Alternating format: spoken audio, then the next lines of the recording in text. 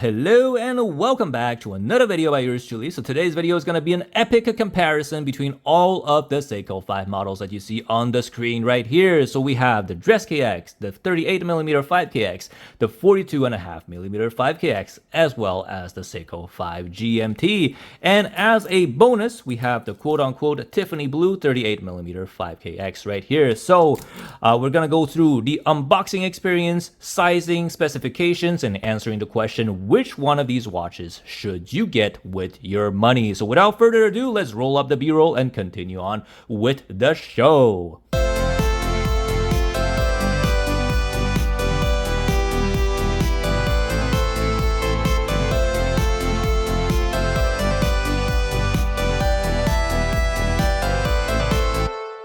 Now, in terms of the unboxing experience, it is pretty much the same across the board. We have a black outer box and a gray inner box, as well as some warranty information, as well as your manual right here in this lower compartment of the outer box. Inside of the gray inner box, you will have the watch, as well as a little pouch right here to keep your watch company. So it is pretty much the same unboxing experience for all the watches. The boxes are made out of cardboard, so highly recyclable if you want to recycle them and not keep the box. I'd say keep the boxes in case you want to sell it, because it's a lot easier to sell a watch with a box than without a box. So definitely keep these boxes safe somewhere. Now for the next part, just for fun, I will be asking my girlfriend which one of these watches does she prefer, and I'm willing to bet that she prefers the Tiffany Blue one. All right, babe, which one of these watches do you like the most and why? So the orange piece does bring out some level of statement, but if I really have to choose the best watch, it will probably be this one. And the reason why is that this color reminds me of Tiffany, and we all know how girls love Tiffany. So obviously this one does spike some interest much more than the other watches here. Well, you heard it here, folks. If you want to impress your lady or any lady, just buy her a Tiffany styled watch, or just buy her whatever Tiffany that she wants. Lesson of the day. So before continuing with the next section, I would just like to extend a huge thank you to Bijouterie F Assaleh for loaning me all these watches that you see on the table right here. This is my personal DressKX, but all of these ones right here are on loan to me from Bijouterie F Assaleh, located downtown Montreal, for all of your watch needs. So they're authorized dealer for Seiko, Hamilton, Citizen, as well as Mido. They even have some G-Shocks in stock, as well as some nice gray market luxury watches like Rolex, Cartier, and Omega. So go check him out if you're visiting Montreal, if you're in Montreal, if you're near Montreal. Do visit Bijouterie F Assaleh for their support of this channel. So a big thank you to Bijouterie F Assaleh for lending me all these watches right here. So because all of these watches right here are on loan to me from Bijouterie F Assaleh, I will not be removing the stickers or sizing the bracelets. I will be handling them with gloves because they're destined for retail and customers. So this is why I will not be sizing them for my wrist. I will just be putting it on to show you guys, but I will not be sizing them or removing the stickers. This one is mine, so I can, be a little bit more rough with this, but all of these ones I will have to baby them with gloves, of course. So in terms of dimensions, I will be putting them up on the screen right here. There's really two big categories. We have the 42.5mm cases right here, as well as the 40 and the 38mm right here. So these two, the only difference is that this one is 0.1mm thicker because of the GMT complication, whereas for these two, the main difference lies in the width of the watch. So this one is 40mm, this is 38, but in terms of the lug-to-lug and wearing experience, they're essentially the same, lug-to-lug at 44mm. So in terms of the wearing experience, the biggest difference you're going to find is between the 38 and the 42.5mm right here. As you can see, the 38, it's smaller in all dimensions, so the lug-to-lug, the width, as well as the thickness right here. So if you have a smaller wrist, I'd advise you to go for this one. But if you have, like a normal size wrist, like an average size wrist, let's say 6.5 inch to 7.5 inch wrist, the 42mm will fit you as well because of this relatively short lug to lug at 46mm. So Personally, I have a 6.5-inch wrist. I prefer the bigger model because I think it looks a little bit more substantial. It looks a little bit more manly and sporty compared to this one that looks a little bit more elegant and dainty. So I prefer this one for my 6.5-inch wrist, but I can pull both of them off, no problem. So the 38mm is probably going to be for people that have a smaller wrist or prefer smaller watches, or maybe the ladies out there, whereas the 42.5 will be probably for most gentlemen out there. So the next point of comparison is going to be between the DressKX and the 38mm 5KX. As you can see, the 5KX looks considerably smaller than the DressKX right here because of its smaller width and also because of the smaller dial size. So the dial takes a lot more space on the DressKX as this one. But in terms of the wearing experience, they wear about the same because of the same 44mm very compact lug-to-lug distance. But this one looks considerably smaller because of its smaller dial size compared to the DressKX. So if you really want, the vintage, smaller look, I would say go for the 38mm 5KX right here. So this is very much reminiscent of older style dive watches. As you can see from my 20-plus-year-old Tag Heuer right here, very similar dimensions from these older, more classy, vintage looking dive watches. So the next point of comparison is going to be between the 5KX and the GMT. Like I said before, this one is 0.1 millimeters thicker. You won't even really be able to see it right here on wrist, so they essentially wear the same. There's not a big difference between these two. So if you're shopping between these two, it's mostly a difference in terms of price and complication because we have the GMT right here and the day date right here.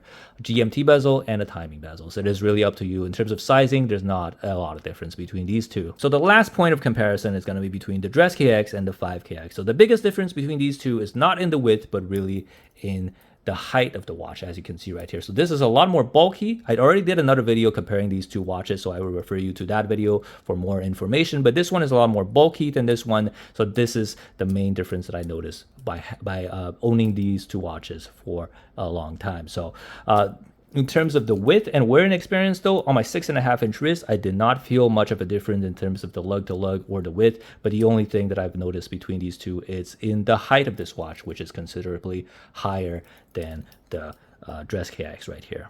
My arm is starting to get really sore, but we're going to do one last comparison of all the sizes right here. We have the 38, the DressKX, the 42, and the GMT. So in terms of sizing, purely sizing wise, which one of these watches should you get? I would say that if you have an average size wrist, between 6.5, let's say to 7.5-inch, any of these watches would be no problem. If you have a smaller wrist, let's say less than 6.5, maybe 6.25-inch, I would say go for one of these two. Whereas if you have a bigger wrist, let's say more than 8 inches, definitely go for one of these two. But if you have an average size wrist, you can pull any of these off, no problem. It's really a matter of personal preference. Do you prefer a more elegant, vintage looking style, or do you prefer a more modern, sporty, and manly, quote-unquote manly style for these bigger models right here? Or do you prefer something more versatile that you can wear in a suit, in a wedding, in a more formal setting, or dress it down in a NATO strap and wear it in a more casual setting with the Seiko DressKX right here? So really up to you if you have a average size wrist in terms of sizing. So here I will put footage of all the watches on my 6.5-inch wrist in order to help you decide which one is the best size for you.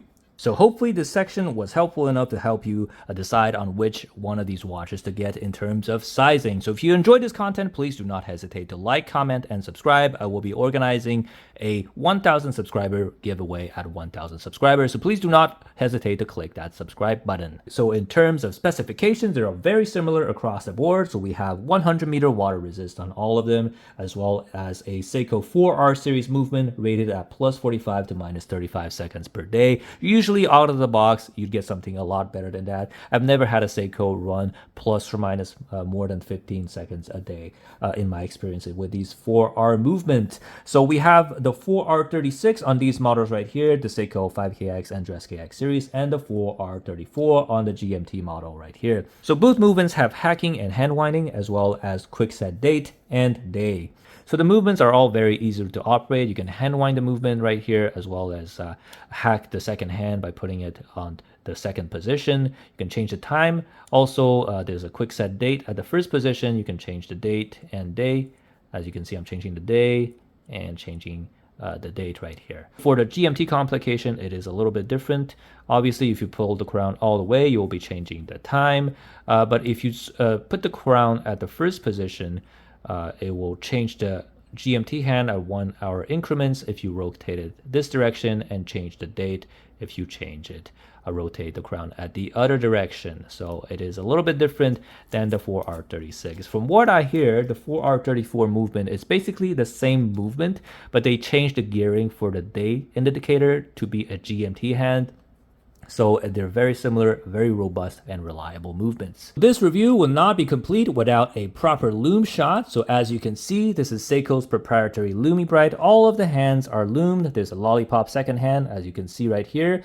There's an hour and minute hand, as well as a GMT hand, are all lumed. All the indices are shining in bright green with the Seiko Lume Bright. This is an industry leading lume that will last you all night, no problem. All of the Seiko 5 models have the same excellent lume, so you will be able to see this in the dark, no problem. So all of the watches will come with a display case back where you can see the movement in all its glory. All of the watches have drilled lugs to make for easy strap changes. So in terms of the bracelets, the bracelet that the 5KX and DressKX family are of lesser quality than the GMT. They come with hollow end links and are in this style right here. I don't know what you would call it. Maybe like a kind of like an oyster-like style bracelet with, you know, a female end link and hollow end links.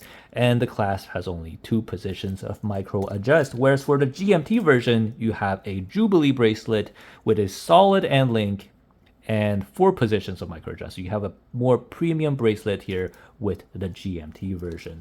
So on my particular unit, this is an aftermarket bracelet that I got for the Seiko DressKX. But the Seiko DressKX originally comes with this bracelet right here. This is a aftermarket bracelet from longislandwatch.com. I made a video about it. If you're interested, you can check it out right here. In conclusion, in terms of specifications, there's really not a lot of difference between these. So all of these models right here basically have the same specifications. The only difference is that the 5KX models have a rotating 120 click unidirectional bezel, whereas for the DressKX, obviously there is no bezel. In terms of the GMT, you get a much better bracelet with solid end links and 4 positions of micro adjust, as well as a friction rotating bezel right here compared to the unidirectional ratcheted bezel. I really like this friction bezel because there's a lot of time zones in the world, notably one in Canada in St. John's, where it is not in 1 hour increments. So there's a lot of GMT bezels out there that rotate in 1 hour increments. So this friction bezel right here really allows you to set the time more accurately when you're traveling to one of those time zones that is not in 1 hour increments. So in conclusion, which one of these watches should you pick with your hard-earned money? So if you have a smaller wrist, definitely pick one of these two. If you have a bigger wrist, one of these two. If you have a normal size wrist, you can pick any one you want in terms of sizing. If you prefer to have a GMT complication where you can track 3 time zones, you can definitely go for the GMT version right here. If you like to have a very nice premium bracelet out of the box, definitely go for the GMT also. If you don't really care for the GMT complication and you don't mind, the lesser quality bracelet, if you want to dish out the money for an aftermarket bracelet, definitely go for the 5KX right here because you get the timing bezel. Or if you don't care about tracking another time zone or timing anything, you can get the DressKX right here, which in my opinion is the most versatile of all of these watches right here. It can be sporty, it can be dressy, you can dress it up with a leather strap, you can dress it down with a bracelet or a NATO, you can go to a formal event like a wedding with it, it will not look out of place, and you can wear it out with your friends while having fun, and it will not be too dressy either. So this is a really versatile piece. If you don't care about the timing bezel or the GMT functionality, this is the one to get. But if you want to track time and want something more sporty and fun, definitely the 5KX is more for you. And if you want to have a more premium bracelet as well as a GMT complication to track friends or co-workers in another time zone, the GMT is definitely for you, especially with this nice Jubilee bracelet that is much higher quality than these bracelets right here. So hopefully I was able to help you decide on which one of these Seiko 5 sports models to get. And if you want to get any Seiko watches, if you're around Montreal or visiting Montreal or you are living in Montreal, please do not hesitate to visit Bijouterie F Assaleh, located downtown Montreal, full authorized dealer for Seiko, Hamilton, Mido, Citizen, as well as Victoria. Victorinox and Movado. They also have some G-Shocks in stock, as well as some higher end luxury watches. So big thank you to Bijouterie F Assaleh for loaning me all these watches. And if you're around Montreal, please do not hesitate to go there and tell them that I sent you. In fact, you can use code MWC to get 10% off or 20% off if you purchase for more than $2,000.